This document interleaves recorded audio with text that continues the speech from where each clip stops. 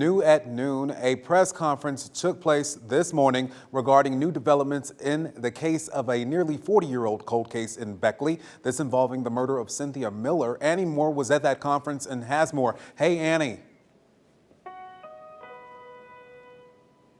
Hey Josh, I'm standing here with Raleigh County Prosecuting Attorney Kristen Keller.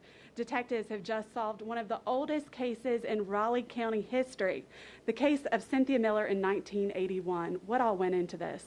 This investigation was one that began as soon as Ms. Miller was murdered in August of '81 and has continued throughout these 40 years. Detectives feel confident they're closing a cold case that's gone unsolved for the last nearly 40 years.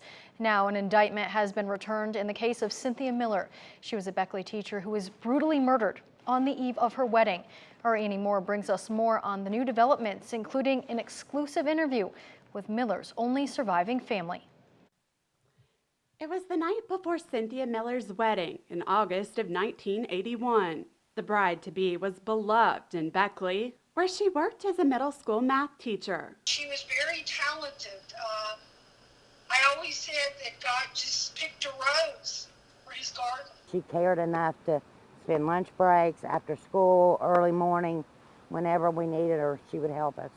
That evening, Miller's fiance, Gary O'Neill, a Leicester police officer, left for Princeton to see his father one last time before the wedding. But when multiple calls went unanswered, he grew concerned. As he walked into the couple's house on Miller Street, close to midnight, the life he left behind was over. She was discovered that she had suffered gunshot wounds, was deceased.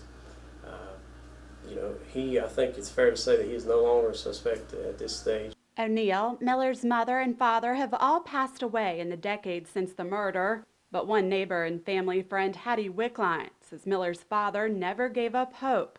He grieved over that death, and he was so anxious for them to find who did this to his baby. For the next couple decades, the case would remain frozen on ice until one day a tip came in, turning the whole thing upside down. She was just such a good, clean, honest, innocent victim, and those are the ones you really want to get justice for. In the October grand jury, Detective Sergeant Morgan Bragg and prosecuting attorney Kristen Keller were able to secure an indictment for 64-year-old Earl James Robbins, a former Beckley resident doing time in California. He was indicted by the same grand jury for the abduction, kidnapping, and sexual assault of a 13-year-old girl, although detectives can't say whether there's a connection.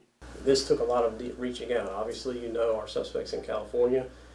He was a resident in this area for a period of time, like she said, periodically, but he moved around a lot. And one of the things that we had to do was follow that trail. Right now, the details of that trail are being guarded, but detectives say they'll be released as they head to trial.